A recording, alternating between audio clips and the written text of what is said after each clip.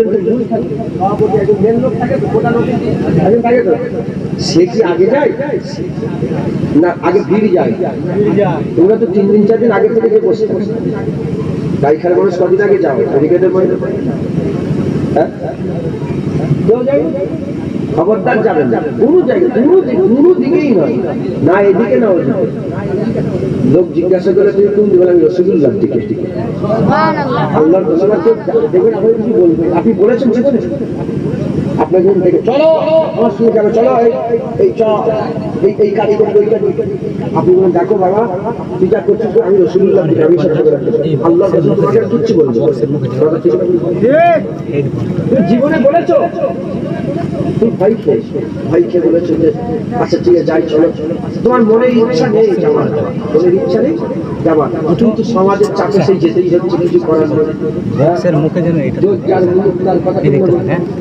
না এইদিকে না ওইদিকে। তুমি যখন বলে শোনো বাবা আমি রসুলুল্লাহর দিকে। আর যাই হোক ব্রিগেডের ময়দান তো আগে 3 দিন 4 দিন ধরে মানুষ যায়, যে ভর্তি হলে লাস্টে যে সাথে মেহফিল যে হয়, যে মেহফিলের মূল হয়, সে যে হাত লেগিয়ে দিয়ে এই হয়েছে কথা ঠিক না? কিয়ামতের সাথে মেহফিল কি? কিয়ামতের মূল কি? সব চালাকে কিয়ামতের ময়দানে হুজুর পাক সেরা, কিয়ামতের ময়দানে তো হুজুর পাক সবটাই শেষে যাওয়ার দরকার ছিল। হুজুর পাক আগে যাবে কেন? মুসলমানের ছেলেরা মুহাদ্দিসিনরা বলে এজন্যই যাবে, যদি কোনো বাচ্চাকে তুলে নিয়ে রাতের বেলাতে ঘুমোচ্ছিল বাচ্চাটা কি করছে? বাচ্চারা ঘুমাচ্ছে, ঘুমন্ত অবস্থায় তাকে তুলে নিয়ে গিয়ে ফাঁকা ময়দানে যদি ছেড়ে দেওয়া হয়, সে ঘুম থেকে চেয়েই দেখবে ফাঁকা লিলি করছে, সে কান্নাকাটি শুরু করে দেবে, সে ভয় খেয়ে যাবে, দৌড়াদৌড়ি করবে, সে বেহুশ হয়ে যেতে পারে। কি করবে তাই তো হঠাৎ করে দেখলো দূরে একটা জায়গায় তার বাপ দাঁড়িয়ে আছে, তার আব্বা জান দাঁড়িয়ে আছে।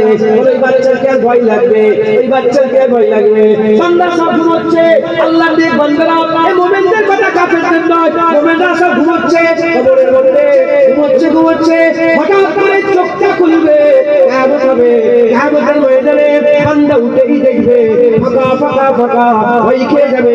আর মুমিনরা ভয় খেয়ে যখনই আগিয়ে যাবে যাওয়ার সঙ্গে দেখবে কিয়ামতের ময়দানে হাবিবুল্লাহ দাঁড়িয়ে আছে, রাসূলুল্লাহ দাঁড়িয়ে আছে, আকা মাওলা হুজুর পাক দাঁড়িয়ে আছেন। একবার জোরে বলেন সুবহানাল্লাহ। ভাইজান চলে এলো নাকি?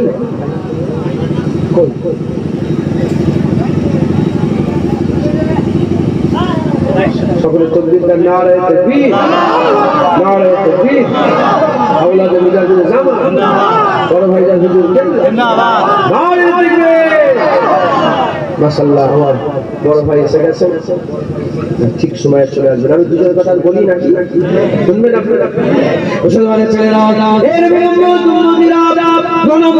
হুজুর বলছে কিয়ামতের ময়দানে সবাই চুপ করে থাকবে, আমি রাসূলুল্লাহ খিতাব করব, আমি হাবিবুল্লাহ কথা বলবো, কারো বলার ক্ষমতা হবে না, কারো কথা বলার শক্তি থাকবে না। হুজুর বলছে প্রথম কথা আমি বলবো। 10 নম্বর হুজুর বলছে যারা মানুষ হবে তাদের লেগে মুবাশশির আমি হবে। মুবাশশির কাকে বলে? যারা কিয়ামতের ময়দানে নিরাশ হয়ে যাবে আর কোনো আশা খুঁজে পাবে না, তাদের লেগে রাসূলুল্লাহ হবে, তাদের লেগে আশা রাসূলুল্লাহ হবে। যারা মুবাশশির হয়ে যাবে, যারা মানুষ হয়ে যাবে, তাদের লেগে রাসূলুল্লাহ মুবাশশির হয়ে যাবে। 11 নম্বর হুজুর বলছে বনি আদমের কিয়ামতের ময়দানে বনি আদমের আর বনি আদম মানে আদম সন্তানের সবচেয়ে বুজুর্গ আল্লাহ কিয়ামতের ময়দানে আমাকে দান করে দেবে। 12 নম্বর হুজুর বলছে সাখাওয়াতের জন্য আমি রাসূলুল্লাহ বাড়াতে থাকবে। 13 নম্বর হুজুর বলছে আল্লাহ বলবে ওয়ালা সাউফা ইউতিকা রাব্বিকা ফাতারদা, এবার আপনি যাদের রাজি আমি তাতে রাজি হয়ে গেলাম, আপনি যাতে রাজি আমি তাতে রাজি। কিয়ামতের ময়দানে আমি রাসূলুল্লাহ সিজদায় করে যাব, আমার আল্লাহ বলবে কি চাও? আমি বলবো আল্লাহ পাক আমার উম্মতকে maaf করে দেন। আমার আল্লাহ জবাবে বলবে না maaf করব না, নাউজুবিল্লাহ, না না।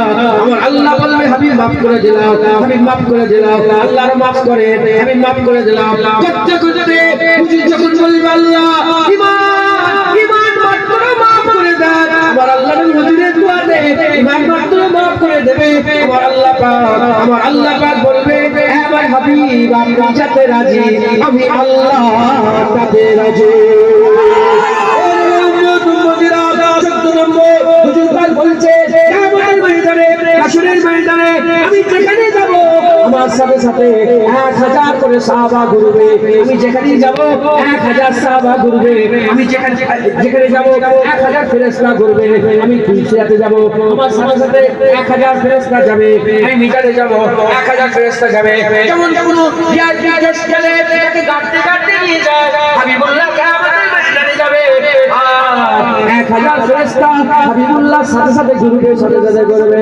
এর হুজুর বলছে 15 নম্বরে হুজুর বলছে কিয়ামতের ময়দানে আমার আল্লাহ আমার জন্য জান্নাত থেকে একটা সুন্দর জুব্বা বের করবে, সবচেয়ে আলা সুন্দর জুব্বা বের করে আমার আল্লাহ নিজে কুদরতি হাতে আমাকে জুব্বা পরিয়ে দেবে। কিয়ামতে হুজুরের জুব্বা পরে হবে জোরে বলে সুবহানাল্লাহ। কিয়ামতে হুজুরের সম্মান দেখছেন তো, মান সম্মান হুজুরের ইজ্জত বুঝতে পারছেন না, হুজুরের কথা কি বলছে আল্লাহ পাক, হুজুর কি শোনাচ্ছে। আর এখনকার শয়তান মওলানা তারা বলে কিয়ামতে রাসূলুল্লাহ কি হবে, তোর বাপ জাহান্নামে যাক তুইও জাহান্নামে যা, মাথায় ঢুকছে, বুঝতে পেরেছ? তোর মা কাঁদুক, তোর মা কাঁদুক মানে তুই মরে যা। হুজুরের ব্যাপারে আপনি বুঝতে কি কথা বলেন? কিয়ামতটা আল্লাহ হুজুরের ইজ্জত দেখাবার লেগেই তৈরি করেছে।